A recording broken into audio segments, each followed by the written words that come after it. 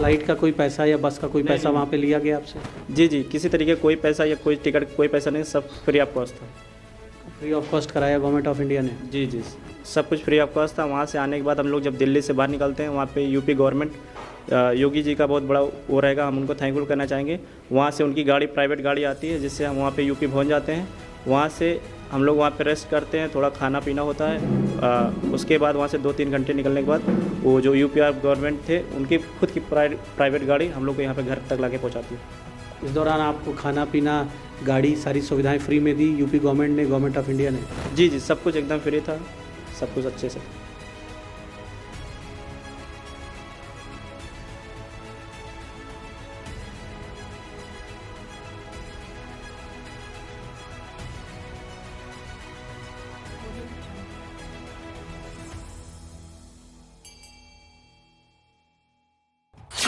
Ukraine में रूस के हमले के बाद जो खतरनाक हालात पैदा हुए उसे पूरी दुनिया ने देखा और ख़ासतौर पर हिंदुस्तान की नौजवान बड़ी संख्या में जो वहाँ पढ़ाई के लिए गए थे उन्हें परेशानी हुई।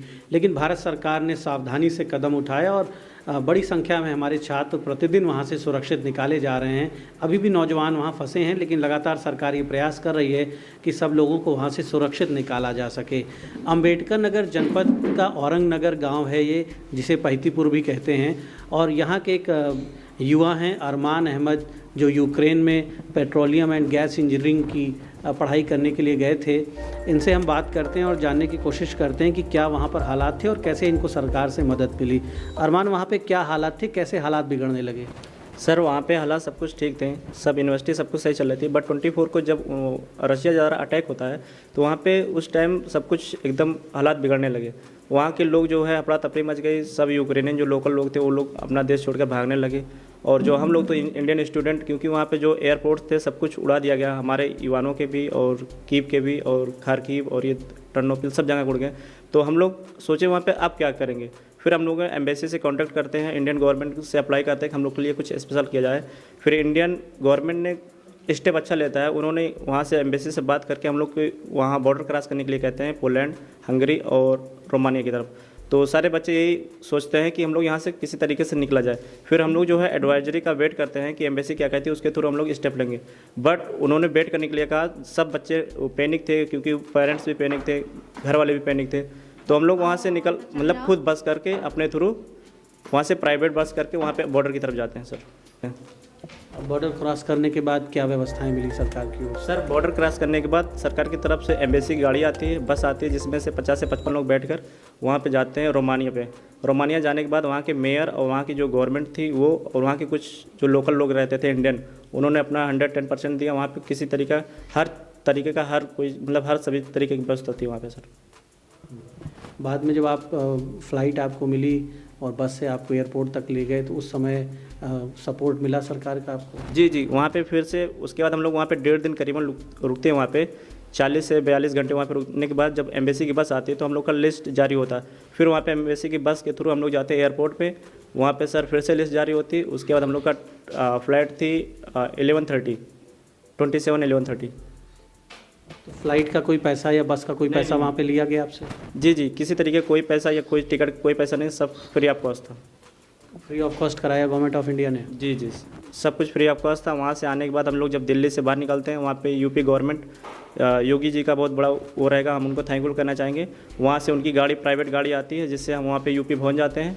वहाँ से हम लोग वहाँ पे रेस्ट करते हैं, थोड़ा खाना पीना होता है। उसके बाद वहाँ से 2-3 घंटे निकलने के बाद वो जो यूपी गवर्नमेंट थे, उनकी खुद की प्राइवेट गाड़ी हम लोग को यहाँ पे घर तक लाके पहुँचाती है।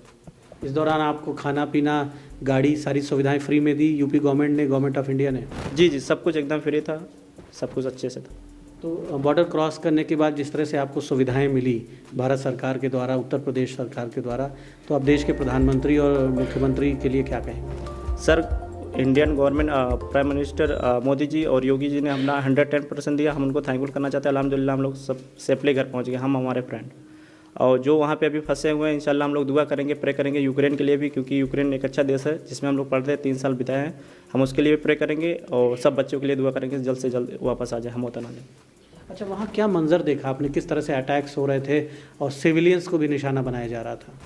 जी जी, वहाँ पे मंजर तो जो हम लोग मूवी में देखते हैं वैसे वहाँ पे रियल देखा गया। सब पैनिक थे, सब धमाका होता था, क्योंकि हमारे आसपास पहले हम ईवानों में थे, वहाँ पे सेफली थे। बट जब वहाँ 24 को होने के बाद सब कुछ ऐसा लग गया कि हम लोग सेफ़ नहीं हैं सर। फिर उसके बाद हम लोग खुद बस करते हैं, प्राइवेट बस करते हैं। हम लोग सब इंडियन ये डिसाइड करते हैं कि हम लोग यहाँ से निकलते हैं। अगर बॉर्डर पर रहेगा 2-4 घंटे 20 घंटे वहाँ पर रह लेंगे, बट यूक्रेन की सिटी में सेफ़ नहीं है। अच्छा, जब बॉर्डर पे पहुँचे किसी तरह परेशानियाँ उठा के, और बॉर्डर के बाद जब अपनी एम्बेसी के लोगों ने आपको वेलकम किया, खाने पीने का इंतज़ाम किया, फिर आपको बसों से एयरपोर्ट ले गए, तो बाहर दूसरे देश में ये फील आया मन में कि अपना मुल्क यहाँ खड़ा है, मजबूती से अपने देश के लोग खड़े हैं, एक सहारा दे रहे हैं? जी जी, I am proud of, because हम इंडिया के हैं, ये हमारे दिल से निकलती है। हम काफ़ी प्राउड करते हैं कि हम इंडिया से हैं। हमारी गवर्नमेंट ने सबसे पहले स्टेप लिया, क्योंकि सब मेरे फ्रेंड काफ़ी मतलब अलग अलग कंट्रीज हैं, उनकी गवर्नमेंट किसी तरीका कोई हेल्प नहीं की। जबकि पाकिस्तान के और जो अरबी कंट्री थे और अफ्रीकन जो थे कंट्री के, सब एक दूसरे मतलब दूसरे कंट्री में निकलने लगे। बट हमारे जो पीएम जी हैं, उन्होंने सब स्टेप लेकर ईजिली कर दिया सब कुछ। तो आप मानते हैं कि भारत सरकार ने और देशों की तुलना में बेहतर कार्रवाई की और फ्री में सबको लाए, फ्री ऑफ कॉस्ट खिलाना पिलाना, और घरों तक आपको आपकी गाड़ियां सरकार की पहुंचा के गई? जी जी जी, सब कुछ हम उनको 110% देंगे उसमें। आपके पिताजी हैं, ताज मोहम्मद साहब हैं, और बहुत मेहनत से इन्होंने अपने सभी बच्चों को पढ़ने भेजा विदेशों में, और बच्चे तरक्की कर रहे हैं। अपने देश के बारे में क्या कहेंगे? देश की सरकार खड़ी है अपने नौजवानों के साथ? जी हाँ, हमारे देश की सरकार जो है ये बच्चों के भविष्य के लिए बहुत अच्छा कार्य कर रही है, और हमारे बच्चे को लाने में काफ़ी सहयोग किया। मोदी जी के लिए, योगी जी के लिए क्या कहेंगे? मोदी और योगी जी का हम सब शुक्रगुजार हैं, और हम उन्हें धन्यवाद भी देना चाहते हैं कि भारत के लिए ऐसे कार्य करते रहें। ये माता जी, आप बहुत परेशान रही होंगी जब न्यूज़ देखती रही होंगी टीवी में, और बच्चों के लिए बड़ा प्रेम होता है सभी माँ बाप के दिल में, तो क्या मन में ख्याल आते थे जब टीवी पे आता था कि वहाँ धमाके हो रहे हैं, हवाई जहाज़ से बम गिराए जा रहे हैं? अब यही आता था ख्याल में कि हमारा बच्चा वहाँ पे फंसा है, सब बच्चे फंसे हैं वहाँ पे। यही दिल में आता था हरदम, यही ख्याल, दुआ कर रहे थे कि हमारा बच्चा ठीक ठाक अपने घर अपने मुल्क लौट आए। जब ये पता चला कि हवाई जहाज़ से बैठ के आ रहे हैं, तो कैसा ख्याल आया मन में? बहुत ख्याल आया, और बच्चे, हाँ खुशी हुई, और बच्चे भी फंसे हैं उसके लिए भी दुआ कर रहे हैं कि सब लोग आ जाएं, अपने घर पहुंच जाएं। अपने देश की सरकार के लिए, प्रधानमंत्री जी के लिए, मोदी जी के लिए, योगी जी के लिए क्या कहेंगी? अब सब हमारे बच्चे पहुंच आए और फंसे हुए हैं, सब आ जाएं, उनके लिए ठीक ठाक किए हैं मोदी जी। जी, हमारे देश के प्राइम मिनिस्टर मोदी जी से और हमारे स्टेट के गवर्नमेंट योगी जी से ये कहना चाहेंगे सर, इन्होंने जो हमारे लिए किया और जो और से बच्चे थे उनके लिए किया, हम उनको तहे दिल से शुक्रिया अदा करना चाहते हैं। और जो बच्चे वहाँ पे फंसे हुए हैं, क्योंकि जो फ़्लाइटें थी दिन में या 4 या 5 चलती थी, वो फ़्लाइटें थोड़ा ज़्यादा किया जाए ताकि जल्द से जल्द बच्चे पहुँच। जी जी। अभी लगभग कितने बच्चे वहाँ फंसे होंगे? सर अप्रोक्सीमेटली वहाँ पे 6,000-7,000 बच्चे फंसे होंगे जी। और प्रतिदिन कितने इवैक्यूएट हो रहे हैं, कितने निकाले जा रहे हैं लगभग? सर जो पहले फ़्लाइटें थी, ये दिन में 4 फ़्लाइटें चलती थी, जिसमें 240 या 200 आते, तो अप्रॉक्सीमेटली 800-700 बच्चे आ जाते थे एक दिन में। अब तो एयरफोर्स को भी लगाया है वहाँ पे कुछ? जी जी, अब बच्चों की संख्या बढ़ाई जा रही है, वही मतलब बच्चे जल्द से जल्द आ जाए, क्योंकि वहाँ पे सर जो मंजर दिखाया जा रहा है वो काफ़ी भयानक है, तो बच्चे सेफली आ जाए, वो अल्हम्दुलिल्लाह वो ज़्यादा सही है।